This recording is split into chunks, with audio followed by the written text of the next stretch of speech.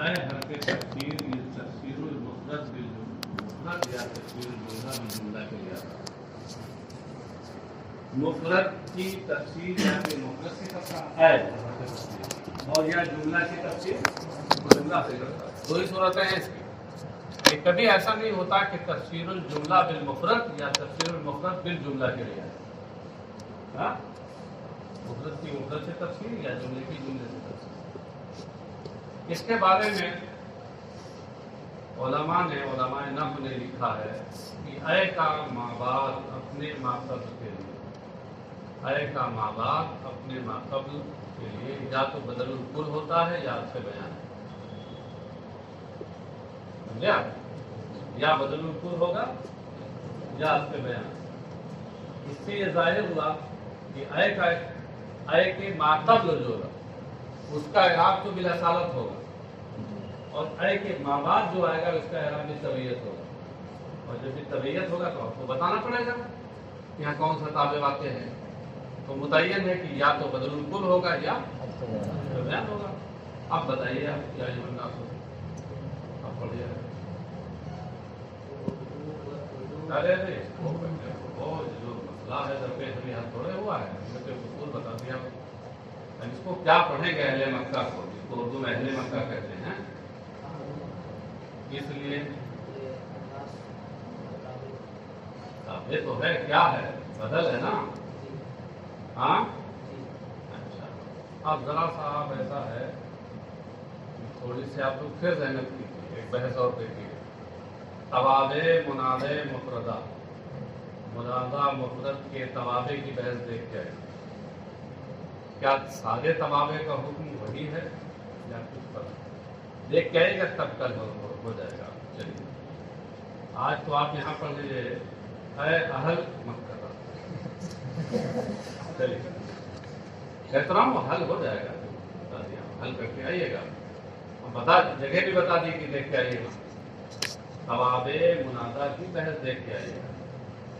منادع مفردہ کے توابع. منادع کبھی مضاف ہوتا ہے کبھی مفرد ہوتا ہے. یہاں مفرد ہے الناس. ہاں اس کے توابع کیا مانے گا یہاں کسی معنی کا کوئی مطلب نہیں. آپ کہنے سارے معنی کے بعد سے جمع ہے. ہاں مارکا سے کیا ہوا جی. مارکا نے وہ پوری بحث دیکھ کے آئیے. وقت ظاہر کیجیے کہ جو کچھ آپ کے ذہن میں شبہات درجانات ہوں گے وہ بتائیے گا. اور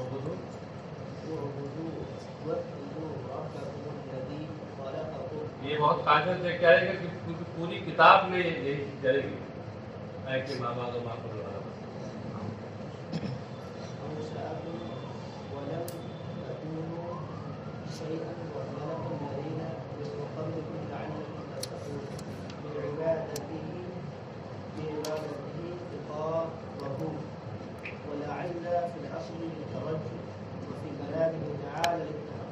الذي جعل خلق لكم الأرض فراشا حامل بساطا يفترش لا غاية لها في الصلابة أو اللجونة فلا يمكن الاستقرار عليه. والسماء بناء سقف فأنزل من السماء ماء فأخرج به من أنواع الثمرات رزقا لكم تأكلونه وتعرفونه به دوابكم فلا تجعلوا لله أندادا وشركاء في العبادة وأنتم تعلمون أنه الخالق ولا يخلقون ولا يكون إلها إلا من يخلق. بس ہاں ذرا حاضری بولیے. رابعہ خصوصی والے حضرات بولے. 5 تاریخ ہے.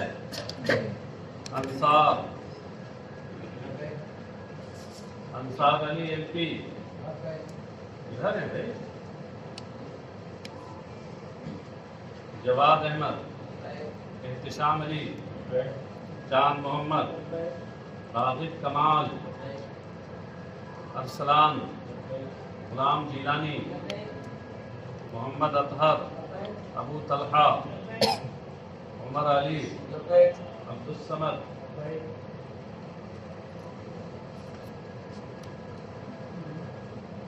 محمد امجد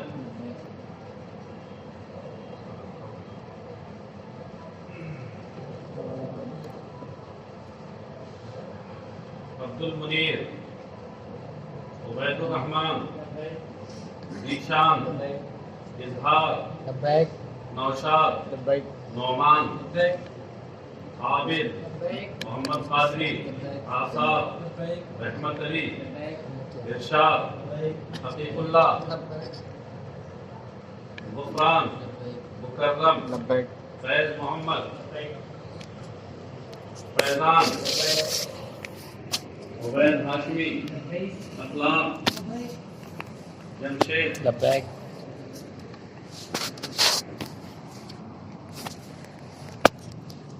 محمود ناصر حسین ارشاد سلام الدین غلام مصطفیٰ عرفان ریاض الدین حیدر علی تبریز عالم احمد رضا سبحان احمد آسمی محفوظ اعجاز انصاری تحسین احمد اعجاز رضا مشاہد فیضان نہال ممتاز الہ آباد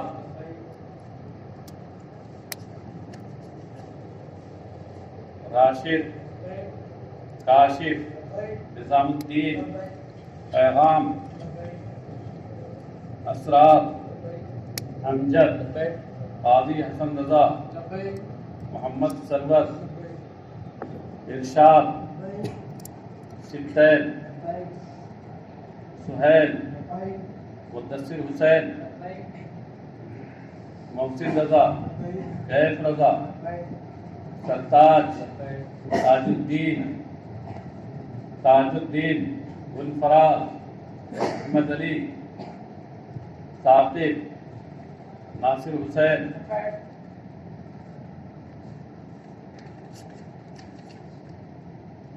فیضان معراج الدین مسعود چاند رضا آفتاب احمد رضا اطہر رضا نور الدین اسجد ارمان سہیل عاصم عبد المنان واحد رضا حامد عظیم الشان شعیب رضا عبد المبین لبیک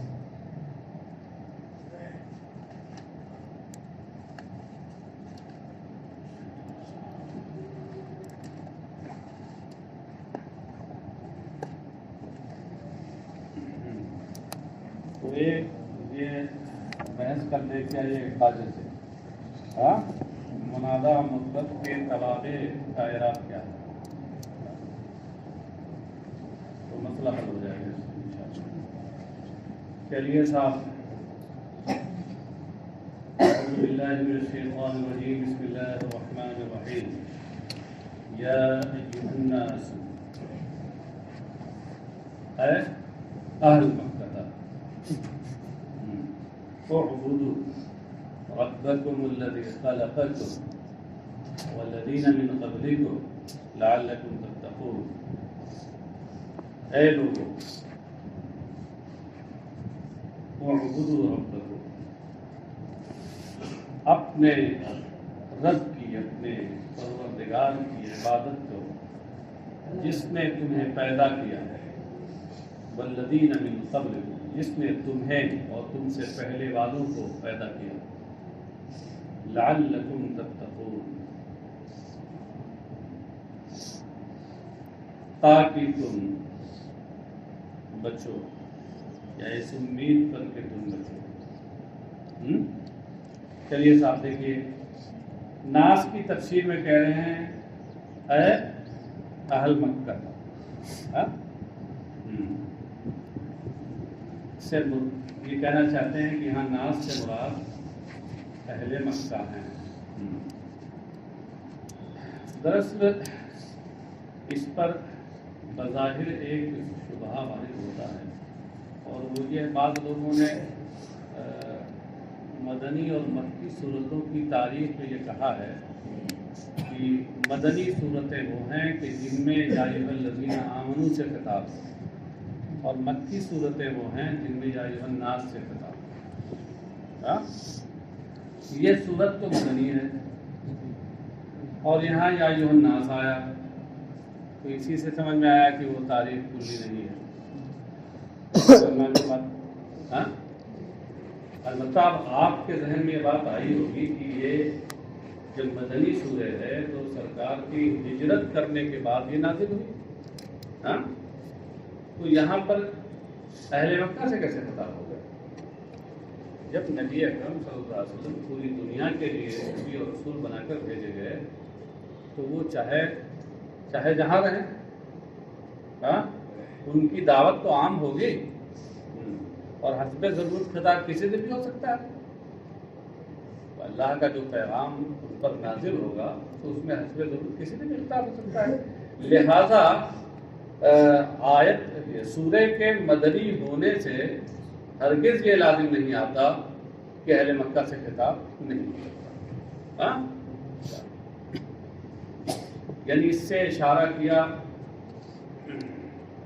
مفسر نے اس بات کی طرف کہ الناس میں الف لام عہد خارجی کا ہے، الناس سے مراد اس کا خاص فرد ہے، وہ ہے اہل مکہ۔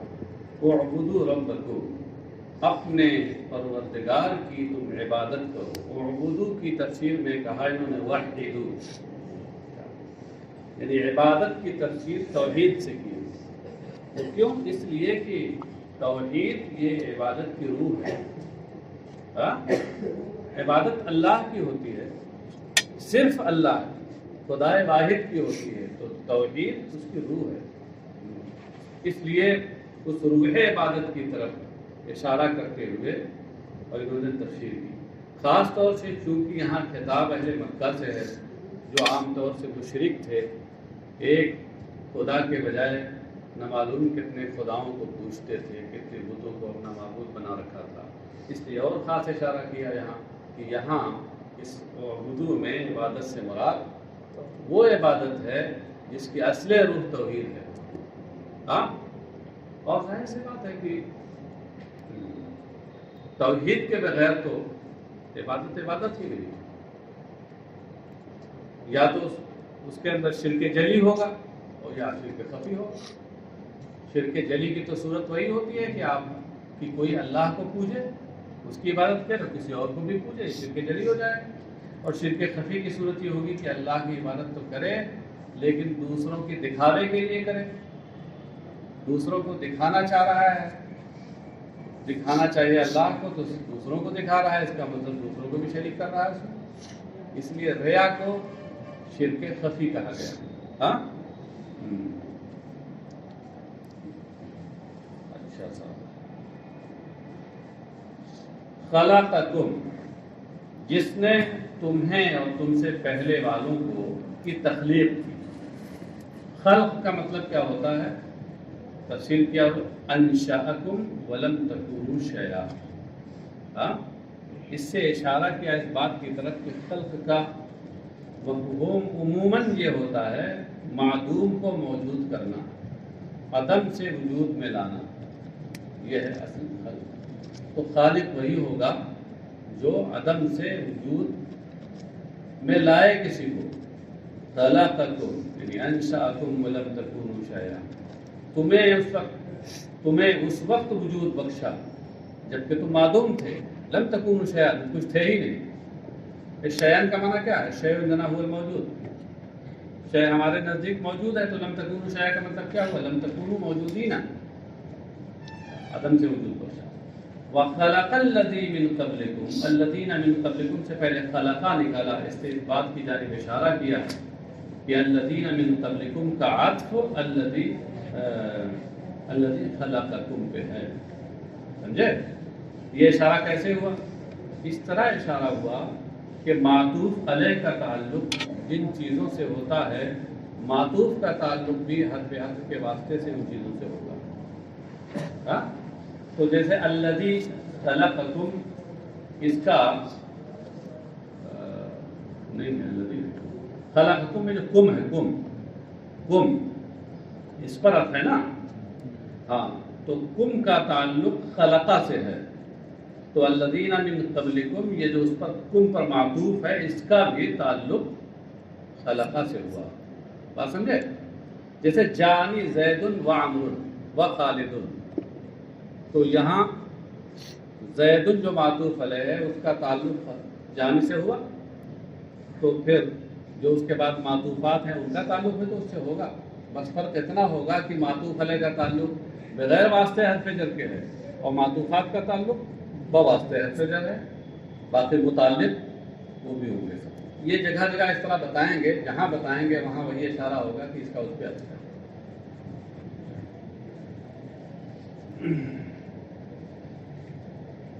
خلق الذین من قبلکم لعلکم تتقون بعبادتہ عقابہ.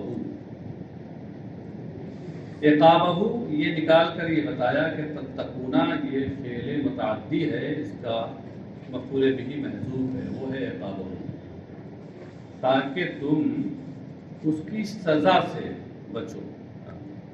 کیسے؟ بعبادت ہی، اس کی عبادت کر کے، کیونکہ تذکرہ عبادت ہی کا چل رہا ہے، عبادت ہی کا حکم اس میں دیا جا رہا ہے، تو سیاق عبارت سے وہ چیز سمجھی جا رہی ہے کہ عبادت ہی، اور عقابہ نکال کر مفعول بہ محذوف کی طرف اشارہ کر دیا.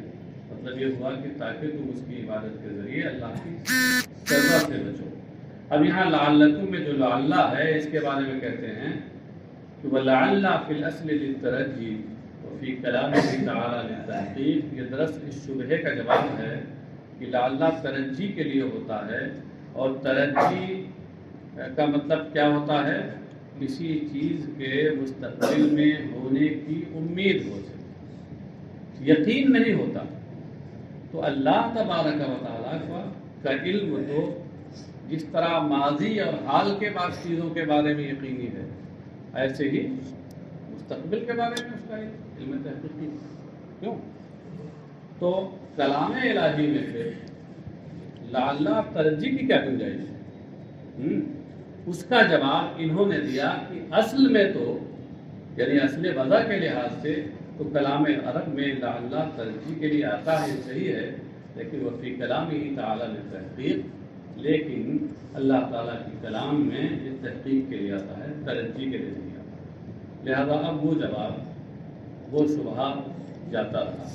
اور یہ بات جو انہوں نے یہاں لکھی ہے، سمجھے، تو یہ سید المفسرین حضرت عبداللہ ابن عباس سے منقول بھی ہے، لیکن اس کو خیال رکھیں کہ یہ بات کلیہ نہیں ہے، اکثریہ کہہ سکتے ہیں، کلیہ نہیں. اسی لیے بعض لوگوں نے اس کا دوسرا جواب دیا کہ ہے یہ لعلہ یہاں ترجیحی کے لیے، مگر یہ ترجیح خالق کی طرف دیکھتے ہوئے نہیں ہے، بلکہ اس لعلہ کا جس سے تعلق ہے اس کے جو مخاطب ہیں ان کی طرف دیکھتے ہوئے. لعلکم، اعلیٰ حضرت کے ترجمے میں غور کیجیے، اسی مفہوم کی طرف اشارہ ہے. کہتے ہیں اس امید پر کہ تم پرہیزگاری پاؤ، اس امید پر. تو یہ امید اللہ کی طرف کے لیے نہیں ہے، تمہارے لیے. بات سمجھ گئے؟ اور بعض لوگوں نے کہا کہ لعلہ جہاں بھی کلام الہی میں آیا ہے وہ وہاں سببیت کے لیے، تو ایسی جگہ کو ترجمہ کرتے ہیں لعلکم تتقون، یعنی تاکہ تم لوگ بچو، تقوی اور پرہیزگاری اختیار کرو.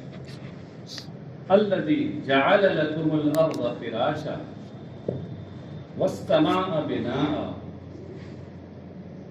وہ جس نے تمہارے لیے زمین کو پیدا کیا فراشن، بچھونے کے طور پر. جعل کی تفسیر کی خلقہ سے. اس سے پہلے ایک بار میں بتا چکا ہوں کہ جعل کبھی جعل مرکب ہوتا ہے اور کبھی جعل بسیط ہوتا ہے. جعل بسیط جو ہوتا ہے وہ متعدی بیک مفعول ہوتا ہے، ایک ہی مفعول کی طرح متعدی ہوتا ہے، یہ خلقہ کے معنی میں ہوتا ہے. اور جو جعل مرکب ہوتا ہے وہ متعدی بدو مفعول ہوتا ہے، دو مفعولوں کو وہ منصوب کرتا ہے. وہ سیرہ کے معنی میں ہوتا ہے، افعال تسییر و تحویل میں سے ہوتا ہے، سیرہ و حولہ کے معنی میں. بات سمجھے؟ یہاں انہوں نے کہا جعل خلق، کیا اشارہ کیا؟ کہ یہ متعدی بیک مفعول ہے، جار بسیط ہے خلقہ کے معنی میں، جس نے تمہارے فائدے کے لیے زمین کو پیدا کیا، فراشن کہتے ہیں حالن، یہ حال ہے، معنی کیا ہے؟ بساطن یفترشو، بچھونے کے طور پر، جس کو بچھایا جائے، جس کو فرش بنایا جائے۔ تو حالن سے اعراب بتا دیا اور بساطن سے فراشن کا معنی بتا دیا، اور یفترشو یہ صفت لا کر کے اس کی مزید وضاحت کر دی۔ یہ صفت موضحہ کاشفہ ہے بساطن کی، صفت کبھی کبھی موصوف کی صرف وضاحت کے لیے آتی ہے۔ لا غایت لہا فی الصلابۃ او اللینۃ، فراش بنایا یعنی تمہارے لیے بساط بنایا، معتدل، نہ تو انتہائی سخت نہ انتہائی نرم، نہ سختی کی انتہا کو پہنچا ہوا اور نہ نرمی کی انتہا کو پہنچا، کیونکہ اگر کوئی چیز، اگر زمین انتہائی سخت ہوتی یا انتہائی نرم ہوتی تو پھر اس پر آرام کرنا مشکل ہو جاتا ہے، اس لیے اللہ نے معتدل بنایا اس کو، فراش بنایا۔ لا غایت لہا فی الصلابۃ او اللینۃ فلا یمکن الاستقرار علیہا، ان کے انتہائی سخت یا انتہائی نرم رکھا تو اس پر ٹھہرنا ممکن نہ ہو۔ والسماء بناء وانزل من السماء ماء فاخرج به من الثمرات رزقا لكم فلا تجعلوا لله اندادا وانتم تعلمون۔ اور اس نے آسمان کو پیدا کیا بناء سقفا، بنا کا معنی کیا ہوتا ہے؟ عمارت، کہہ رہے ہیں کہ اس سے مراد ہے چھت کے طور پر، عمارت کا ایک حصہ چھت بھی تو ہوتی ہے، تو یہاں بنا سے مراد کیا ہے؟ چھت ہے۔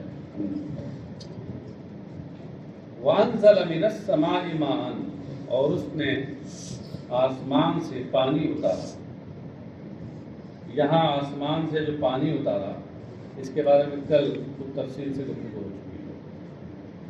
فاخرج به من الثمرات، ثمرات سے پہلے انواع نکالا انہوں نے، اور انواع نکال کر کے یہ بتایا کہ یہاں جو من ہے یہ تبعیضیہ ہے، تو اس نے اس کے ذریعے، اس پانی کے ذریعے تمہارے رزق کے لیے، تمہاری خوراک کے لیے قسم قسم کے میوے نکالے، میوے پیدا کیے، قسم قسم کے پھل پیدا کیے، رزقا لکم، تمہاری خوراک کے لیے، تأکلونہ وتعلفونہ بہ دوابکم، جس کو تم خود کھاتے ہو اور اپنے چوپایوں کو، مویشیوں کو بھی تم چارے کے طور پہ دیتے ہو یا چارہ بنا کے کھلاتے ہو۔ علفہ یا علفوں کا معنی کیا ہوتا ہے؟ چارہ دینا اور چارہ کھلانا۔ یہاں صاحب یہ جو تاکلونہ وتعلفونہ یہ دوابکم، یہ تفسیر جو کی ہے انہوں نے، اس سے اس بات کی جانب اشارہ کیا کہ یہاں ثمرات اپنے اس معنی ظاہر پر نہیں ہے، اس کا ترجمہ صرف پھل ہوتا ہے، بلکہ یہاں ثمرات سے مراد ہر قسم کی خوراک ہے، انسان کی خوراک ہو یا انسان کے مویشیوں کی خوراک ہو، تو ثمرات بہت معنی عام میں ہے، بات سمجھے؟ ورنہ عام طور سے تو لغت آپ دیکھیں گے تو اس میں ثمرہ پھل، اور اردو میں جب پھل بولیں گے آپ تو گھاس کو تو پھل نہیں کہیں گے، اس کو جانوروں کو کھلاتے ہیں، اس گیہوں کو بھی پھل نہیں کہتے ہیں، دھان اور چاول کو بھی پھل نہیں کہتے ہیں، حالانکہ ثمرات کے عموم میں وہ سب جاتے ہیں۔ تو یہ تاکلونہ وتعلفونہ بہ دوابکم، یہ جو جملہ بڑھایا ہے اس سے یہی اشارہ کیا کہ ثمرات اپنے اس معنی ظاہر پر نہیں ہے بلکہ معنی عام مراد ہے، خوراک۔ فلا تجعلوا للہ اندادا وانتم تعلمون، تو تم جانتے ہوئے اللہ کے لیے شریک نہ بناؤ، ہم پلہ نہ بناؤ۔ انداد یہ ند کی جمع ہے، الند المثل والنظیر، اور جمع انداد۔ انداد نہ بناؤ یعنی شرکاء فی العبادہ، عبادت میں شریک نہ بناؤ۔ وانتم تعلمون، جبکہ تم جانتے ہو۔ تعلمون کے بعد کہتے ہیں انہ الخالق، اشارہ کیا اس بات کی طرف کہ تعلمون فعل متعدی ہے اور اس کا مفعول بھی محذوف ہے، یعنی انہ انتم تعلمون انہ الخالق، جبکہ تم یہ جانتے ہو کہ وہی خالق ہے، وہی خلق اسی کا کام ہے، کسی اور کا نہیں۔ ولا یخلقون، وہی خالق ہے، اور یہ بت، یہ جن کو تم عبادت میں شریک بنا رہے ہو، یہ خالق نہیں ہیں۔ ولا یکون الہ الا من یخلق، اور معبود تو وہی ہوگا جو پیدا کرتا ہو۔ اصل میں وہ پہلے والا جو تھا کہ ولا تجعلوا للہ اندادا وانتم تعلمون انہ الخالق، تو انہ الخالق ولا یخلقون یہ ہے صغرا، ولا یکون الہ الا من یخلق یہ ہے کبرا۔ کبرا کو ظاہر کر دیا تاکہ دلیل قائم ہو جائے، ہاں کبرا پورا مل کے تب دلیل قائم ہوگی۔ وَإِن كُنتُمْ فِي رَيْبٍ مِّمَّا نَزَّلْنَا عَلَىٰ عَبْدِنَا فَأْتُوا بِسُورَةٍ مِّن مِّثْلِهِ وَادْعُوا شُهَدَاءَكُم مِّن دُونِ اللَّهِ إِن كُنتُمْ صَادِقِينَ۔ اور اگر تم ریب میں ہو، شک میں ہو، ریب کا معنی بتاتی ہے شک، مِّمَّا نَزَّلْنَا عَلَىٰ عَبْدِنَا، اس کے بارے میں اگر تم شک میں ہو جو ہم نے اپنے خاص بندے، اپنے مکرم بندے پر اتارا۔ عبدنا کی تفسیر میں کہتے ہیں محمد، اور پھر کہتے ہیں من القرآنی انہ من عند اللہ۔ تین چیزیں انہوں نے رکھی ہیں، ان کا تعلق سمجھیے۔ محمدن کہہ کر کے یہ محمدن عبدنا کی تفسیر ہے، اس میں اس بات کی جانب اشارہ کیا کہ عبدنا میں جو یہ اضافت ہے یہ برائے عہد خارجی ہے۔ عبد تو اللہ کے بہت سے ہو سکتے ہیں، لیکن یہاں عبدنا سے مراد کا خاص بندہ یعنی محمد صلی اللہ علیہ وسلم۔ من القرآن من بیانیہ ہے، اور یہ مما نزلنا میں ما کا بیان ہے۔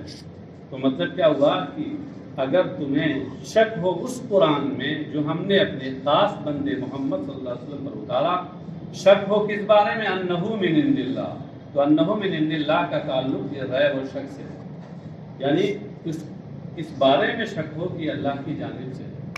اگر اس قرآن کے کلام الہی ہونے میں تمہیں شک ہو، فاتوا بسورۃ من مثلہ، تو اس کے جیسی کوئی ایک سورہ لے آؤ۔ مفسرین یہاں یہ بتاتے ہیں کہ سورۃ میں جو تنوین ہے یہ برائے تقلیل ہے، سورۃ قصیرۃ، چھوٹی ہی سورہ لے آؤ، چھوٹی سی سورہ لے آؤ۔ من مثلہ، مثلہ میں ہا ضمیر کا مرجع کیا ہے؟ ای المنزلی، اشارہ کیا کہ ضمیر کا مرجع وہ منزل ہے۔ منزل کیا بلکہ کہیے کہ ما نزلنا ہے، ما نزلنا، تو جو ہم نے نازل کیا اس کے جیسی کوئی چھوٹی سورہ ہی لے آؤ۔ کہتے ہیں ومن للبیان، اور من یہاں بیان کے لیے ہے، بسورۃ من مثلہ، یعنی بسورۃ ہی مثلہ، جب یہ بیان کے لیے ہے تو مطلب کیا ہو جائے گا من مثلہ کا؟ بسورۃ صغیرۃ قصیرۃ ہی مثلہ، چھوٹی سی سورہ ہی لے آؤ جو اس کے جیسی ہو، اس کے جیسی ہو تو کس چیز میں؟ بالبلاغت وحسن النظم والاخبار عن الغیب، بلاغت میں اور حسن نظم و ترتیب میں اور غیبی خبریں دینے میں۔ یہ اصل میں یہ بتانا چاہ رہے ہیں کہ مثلی میں جو مثل ہے یہ کلمہ تشبیہ ہے۔ تشبیہ جہاں ہوتی ہے، تشبیہ کے چار ارکان ہوتے ہیں، مشبہ، مشبہ بھی، وجہ تشبیہ اور ادات تشبیہ۔ یہاں تو مشبہ، مشبہ بھی اور ادات تشبیہ موجود ہیں، وجہ تشبیہ غائب ہے۔ فی البلاغتی و حسن النظم والاخبار عن الغیب نکال کر وجہ تشبیہ کو ظاہر کیا۔ آپ سمجھ گئے؟ بس اب یہاں سورت ہے، سورت کسے کہتے ہیں؟ سورۃ قطعۃ لہا اول و آخر و اقلها ثلاث آیات۔ سورہ یہ ایک قرآن کے حصے کا نام ہے جس کا اول اور آخر ہوتا ہے اور اس کی کم سے کم 3 آیتیں اس میں ہوتی ہیں سورہ کی، ہاں؟ اور بعض لوگوں نے اس میں ایک اور قید پڑھائی ہے کہ اس کا ایک خاص نام بھی ہوتا ہے، ٹھیک ہے؟ یہ خاص نام یہ قید بھی بڑھانا ضروری ہے۔ وَدُعُوا شُهَدَاءَكُم مِّن دُونِ اللَّهِ، اور تم اپنے حمایتیوں کو، شہداء یہ شہید بے معنی شاہد کی جمع ہے، اس کا معنی گواہ بھی ہوتا ہے، عوان و انصار و حمایتی بھی ہوتا ہے، یہاں وہی معنی ہے۔ اپنے تم حمایتیوں کو بلا لو، اور ان حمایتیوں سے مراد کون ہے؟ آلہتکم التی تعبدونہا من دون اللہ، اپنے ان معبودوں کو جن کو تم حامی سمجھتے ہو، کیونکہ یہ بت پرست ان کا خیال اور عقیدہ یہ تھا کہ یہ ہمارے معبود ہماری حمایت کریں گے، جب کوئی پریشانی آئے گی تو اس میں یہ ہمارے معین و مددگار بنیں گے۔ اللہ ان کو چیلنج کر رہا ہے کہ تم اپنے ان معبودوں اور حمایتیوں کو بلا لو جن کی تم پرستش کرتے ہو، من دون اللہ غیر ہی۔ اس سے اشارہ کیا کہ دونہ غیرہ کے معنی ہے، کیونکہ دونہ کا لفظ ایسا ہے کہ مختلف معنی دیتا ہے۔ یہ عموماً تو ازداد میں سے ہوتا ہے، کبھی امامہ کے معنی میں، کبھی تحتہ کے معنی میں، کبھی فوقہ کے معنی میں ہے، اور کبھی طلحہ کے معنی میں، اس طریقے سے آتا ہے، اور غیرہ کے معنی میں بھی آتا ہے، یہاں غیرہ کے معنی میں ہے۔ تو اللہ کے علاوہ ان کو اپنے حمایتیوں کو بلا لو لتعینکم، تاکہ تمہاری مدد کریں، ان کو تم صادقین، اگر تم سچے ہو، اس میں سچے ہو، اور اپنے اسی دعوے میں کہ ان محمد قالہ من عند نفسہ، کہ محمد نے اپنی طرف سے یہ کلام کہا ہے، اللہ کا کلام نہیں ہے۔ فَافْعَلُوا ذَلِكَ، تو تم اسے کرو، فَإِنَّكُمْ عَرَبِيُّونَ فَصَحَاءُ مِثْلُهُ، اس لیے کہ تم لوگ بھی انہی کی طرح عربی ہو اور فصیح ہو۔ فَافْعَلُوا ذَلِكَ، یہ نکال کر اشارہ کیا کہ ان کنتم صادقین میں ان کی جزا یہاں محذوف ہے، وہ ہے فَافْعَلُوا ذَلِكَ۔ ہاں، اوپر دیکھیں ان کنتم فی ریب مما نزلنا علی عبدنا، یہ ایک شرط ہے جس کی جزا ہے فاتوا بصورۃ من مثلہ، لیکن یہ دوسری جو شرط آئی ان کنتم صادقین، اس کی جزا کلام میں نہیں ہے، تو وہ محذوف ہے، وہ کیا ہے؟ فَافْعَلُوا ذَلِكَ نکالا۔ وَلَمَّا عَجَزُوا عَنْ ذَلِكَ قَالَ تَعَالَىٰ، اور جب اس سے وہ عاجز رہے تو اللہ تعالیٰ کا ارشاد ہوا فَإِن لَمْ تَفْعَلُوا مَا ذُكِرَ لِعَجْزِكُمْ وَلَن تَفْعَلُوا ذَلِكَ أَبَدًا لِظُهُورِ إِعْجَازِهِ فَاتَّقُوا النَّارَ الَّتِي وَقُودُهَا النَّاسُ وَالْحِجَارَةُ،